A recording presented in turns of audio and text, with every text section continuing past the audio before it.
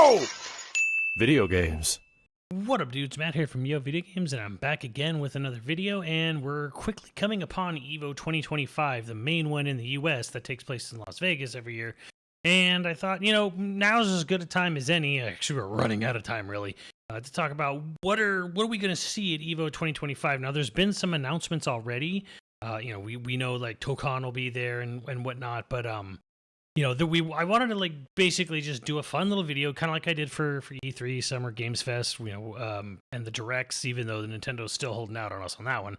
And let me just go in and hey, let's predict what's going to happen at EVO 2025 this year. And I'm just going to keep this to the main grand finals games, and then maybe I'll talk a little bit about what afterwards, what could possibly else be there. Not necessarily grand final game related, but either way, let's just jump into it and let's look at take the four big games at the end, and I'm gonna kind of go in and predict what is going to be the announcements for each game. Because the interesting thing here about this EVO this year is that all the games are out. There's no big coming Street Fighter. There's no big coming Tekken. There is a Virtua Fighter coming, but I don't know if this is probably not the time or place, unfortunately. But that being said, let's dive right in. Let's start with Arc System Works. And what is they bringing for Guilty Gear Strive, well into its senior years of a fighting game. And I'm gonna look back to the past a little bit, and I think my prediction for Guilty Gear Strive, for a brand new character trailer announcement, I think it's gonna be Jam. I think Jam's coming back. She was kind of a little bit of a late DLC character for Exard, and I think now is the time for Jam to come back. Dizzy's already back, so the most fan requested characters, Dizzy and Bridget. We got them. We gotta round out the girls, the trio of girls. And put Jam back in Guilty Gear Strive, and that's kind of my big prediction there. Again, we got the other ladies, with Bridget and Dizzy. Now it's Jam's time to shine. That is my prediction, and I think that's kind of gonna be it. I think it'll kind of just be that. We'll see. Lucy and anything else. But as far as new announcements, Jam. I think Jam is the character they might be announcing for Strive, and I think a lot of that might be just because I think Arc System is actually pretty busy with Marvel right now. So, I don't expect a huge amount of announcements. As far as other Arc System games like Grand Blue, I don't know. I'm not really plugged in to Grand Blue that much, so I can't really give you a really good feeling one way or the other, but I can just tell you that I think for Guilty Gear Strive, I think Jam is coming. I think she's going to be announced. And then moving right along to the next character, this is the newest fighting game, and that'll be what's going to happen with Fatal Fury City of the Wolves. We know, Andy's out, and Ken's going to be there at the show floor. Probably. And so what's next is, we know from their own roadmap, and they've shown in the trailer, Andy, after Andy is Ken, and after Ken is Joe, and then after Joe is Chun-Li. And I think they're actually going to do, I think SNK is going to go a little harder with their announcements. You're not just going to see a trailer for Joe. I actually think they're going to show on the final day, a little snippet, maybe just a little tease for Chun-Li. And I think the reason for that is that I don't think it's anything crazy to say. I don't think this game sold in the numbers that I think SNK was really hoping it was going to sell, with the amount of push. They tried to get as many people in the world aware of this game's existence, and I don't think it sold as much as they kind of hoped it would. I don't think that's a crazy statement. So, I think right now the best thing to do for Fatal Fury is is instead of trying to, obviously, you're going to have a tough time reaching people who are unfamiliar with fighting games, because people who are unfamiliar with fighting games just don't want to be into fighting games. It's kind of it's a hard road. Everyone's kind of got there. So at this point, I think the best thing to do is just, okay, well, how about all of the fighting game fans who have not picked up Fatal Fury yet? And Chun-Li is a really good way to doing that, because it's Chun-Li, one of the most popular fighting game characters of all time. Do I think anything beyond DLC Season 1? Possibly, but also way too early because again, like Mr. Big's supposed to come out like next year, so I don't think it's time to talk about what's next for SNK. After after Mr. Big, I think it's too early for that. But I think Chun-Li, despite not being the next character, is kind of the character you probably want to talk about, maybe show a little bit about, because right now is the time, because there's a lot of fighting game fans who probably never really played Fatal Fury, probably didn't get into it too much, and it's a fun game. There's a lot of really cool mechanics. So if anything, we're kind of on the sort of like road to redemption, give it its second whim tour. So I think my prediction is like we're not going to see just Joe, we're going to see Chun-Li at the end there. And I think they probably got pretty burned on their guest characters, so they're probably not going to announce any more guest characters anytime soon, especially with Chun-Li still coming. So that's my prediction for Fatal Fury. As far as anything else, SNK, I think there's a distinct possibility a new SNK game may get teased at EVO. It's possible. Possible they may just tease a completely new game. I don't know what that is. I'm not sure yet. Now, the next one is Tekken. Oh boy, Tekken. People do not like Tekken right now. That is no secret. Now, Tekken has a bit of an interesting history with EVO because sometimes Tekken goes really all out with EVO announcements for Tekken. Sometimes they announce things way in advance, and I feel like they've already kind of announced stuff with Armor King and whatnot that they're trying to get. They're trying to get like goodwill back in people's mindset for Tekken, and I think since we already know Armor King and we already have a very detailed roadmap of like patch 1, patch 2, patch 3, patch 4, fix season 2, patch spectacular. I think they have to really do something that's gonna make Tekken a hero. Harada and Michael Murray, they need to put themselves back in the hero role, because right now they're kind of in the, I don't want to say antagonist role because that's implying like people don't. I think people like them, but it's like it kind of feels like what happened with Tekken season 2 felt like a little bit of like, not a little bit of betrayal, but a little bit like, man, you said you were listening to us, but you didn't listen to us. So I think a lot of it is like, let's get back in people's good graces. Tekken. How do you do that? How do you make Tekken 8 everyone's favorite game again? Well, there's the obvious answer, but I think the more likely answer, since again, I have a 3-step roadmap for Tekken, but again, what I've described before is to basically put Tekken in people's good graces again. The 3 things you need to do are, number 1, no new characters for the next season. The next season needs to be entirely just the guest requested characters. The most popular characters that are not in Tekken 8, put them in Tekken 8. That should be all of your all but one of your next season. The second one is you either put a Waffle House in there, or you put a parody of it. You put a Pancake Palace in there, a Pancake Palace of Pain. Put a Pancake Palace in there, put a Waffle House in there, make that stage, make it real, make it happen. Licensed or not, just make it happen. And obviously the last one is Tifa. Now Tifa's probably a pipe dream of all but me.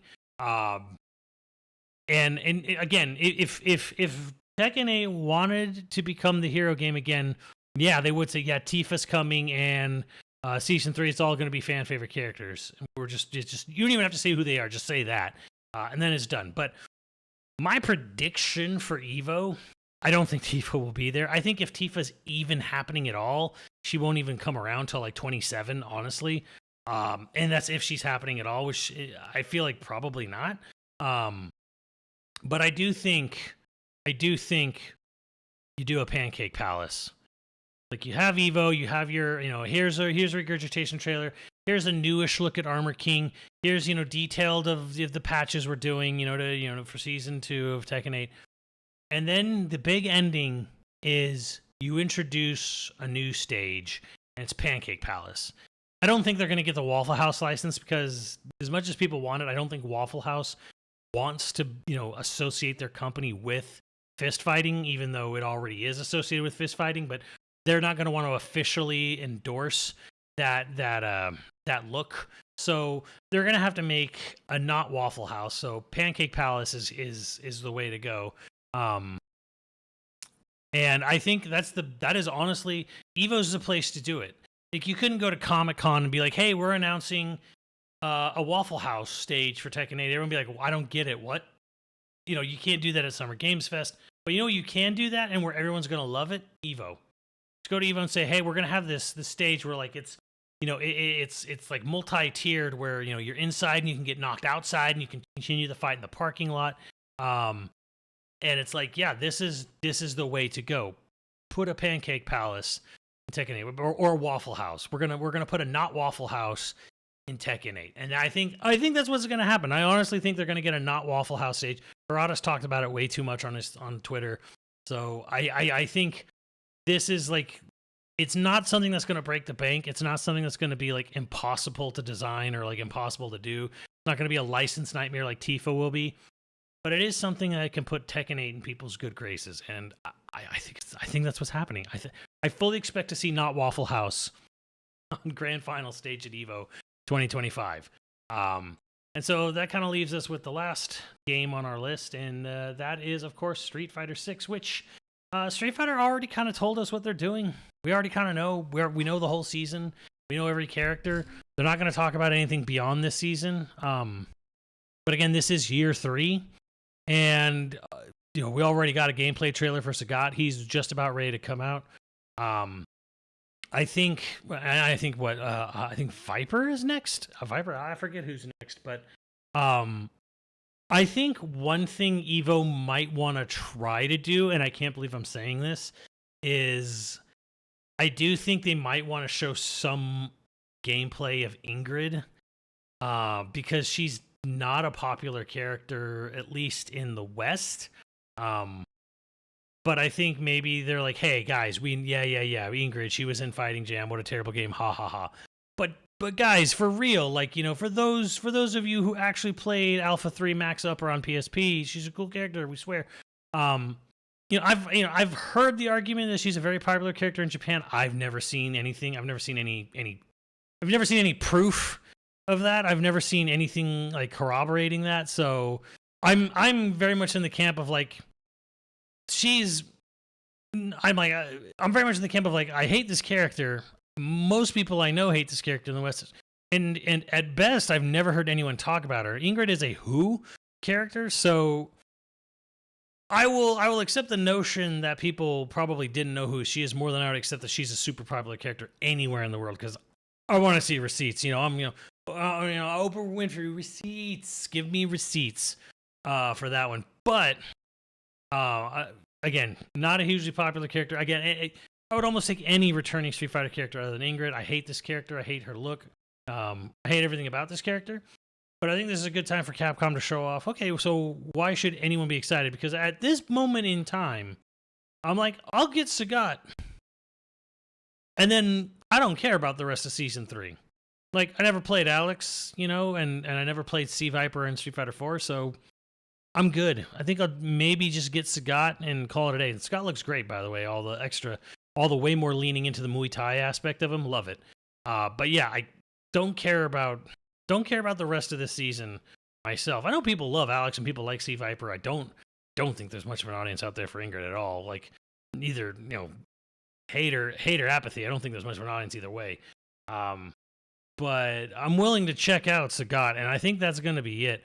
I think one thing Capcom kind of needs to do with Street Fighter 6 is they do kind of have a reputation right now of $15 turtle skins. You know, they're really slow at getting content out. They're really bad about getting new costumes out.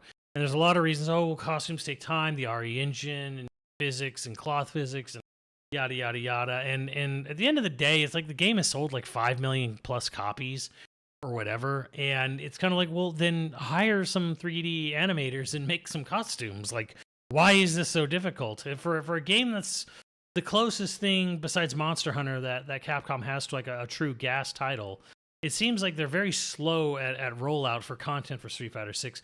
And when they do have collab content, it's wildly expensive. Again, $15 turtle skins. Need I remind anybody of that? So I think Street Fighter 6, if anything, needs to do a little bit of soul searching. Probably needs to reconfigure the currency, like the pay for currency. That needs to be fixed. And they really need to start looking a little closer at successful gas games like Fortnite, because Street Fighter V survived, and rebounded entirely off its costumes, having a billion horny costumes for Chun-Li and Laura and Karen and whoever, and Armika. That's how you make money. So it's kind of weird that Capcom's just not doing the thing that turned their flop into a moderate success.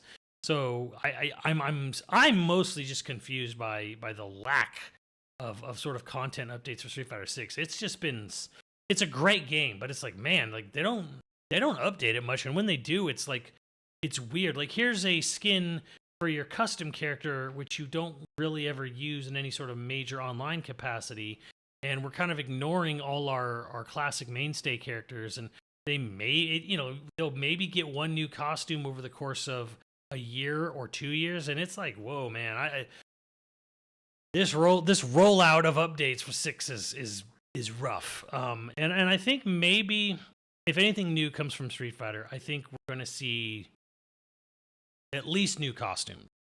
Like, I think new costumes are going to be something they reveal show for Street Fighter 6, and maybe they'll go into more detail and talk about how they're going to change the in-game economy. They're going to change the way, like, the cost versus buying exact amounts for whatever you want in the game. I think that would go a long way towards making the game a lot more liked right now, rather than sort of a bit of a malaise that Street Fighter 6 is kind of in, regarding just the general, like, wow, like, it takes you forever to like get us something, and when it does, it's again $15 turtle costume. So my prediction is that we'll see no new characters. We'll see gameplay of maybe the next, or at least a tease. We'll see the cinematic teaser for the next character in the DLC Road Pass. But I think we're going to actually see announcement on costumes coming to Street Fighter 6, because they're kind of aware of it. They've even publicly acknowledged that, like, yeah, people are kind of like, where the hell are the costumes? I'm a little bit like, where the hell are the costumes too? So that being said, those are my predictions for the big games at EVO. As far as anything else goes, I think 2XKO is possibly going to get a release date. I think that's maybe going to happen. I think they may even tease a roadmap, post-game for 2XKO, because 2XKO's in a lot of trouble right now because it's taken forever to come out, and it's launching with 10 characters, a small roster of only 10, and we still don't have a release date, and, you have two whole other ass versus games announced since in the time between we last even played 2XKO to now. So we've had Invincible and Marvel Tokon get announced, and that's already stealing thunder from 2XKO. So I think 2XKO needs to come out swinging. Here's a release date. Here's a battle pass coming. I think we'll at least get a release date. Miffy on the roadmap. As far as like anything new for Marvel Tokon, I think there's a small possibility we'll get a new character tease. Probably nothing in game, but a small character tease. I think they have a panel, possibly at EVO or something like that. So we might get a small tease for something with Tokon, and then we might get, as far as the other Invincible, I have no idea. So I have no idea what's going to happen for Invincible, but I think they're going to also be trying to put their best foot forward for that game. And I'll say this, I'm allowed to say, like, hey, I have gone hands-on with that game, and it's great. So yeah, as far as what they're going to do at EVO, no idea. As far as wish list, I wish Sega would show something for Virtua Fighter 6. I don't expect them to. I think they're possibly saving it entirely for Tokyo Game Show. But yeah, I wish Virtua Fighter would show something, because it's such a great time for Virtua Fighter to strike right now, because again, everyone hates Tekken. And this is such a perfect moment for Virtua Fighter, to come in and, like, be a hero game. But Sega going Sega, I guess, like, no. We drip feed you until we're ready to release the game, which I don't know, man.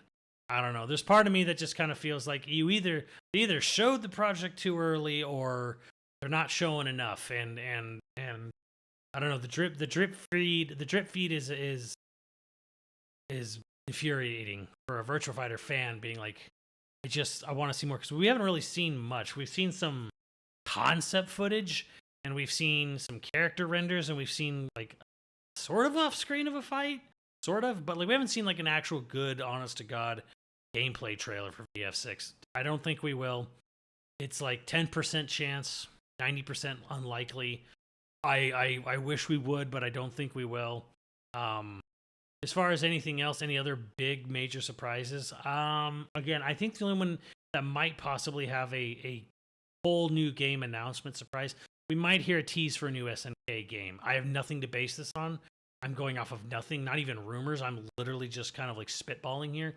But I kind of think like, SNK's a company that might be ready to tease, not show, but tease. Hey, we got a brand new game coming from something.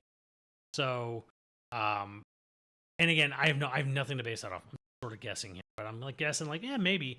I don't think we're going to see anything new from Arc System because I think all hands are on deck on Marvel.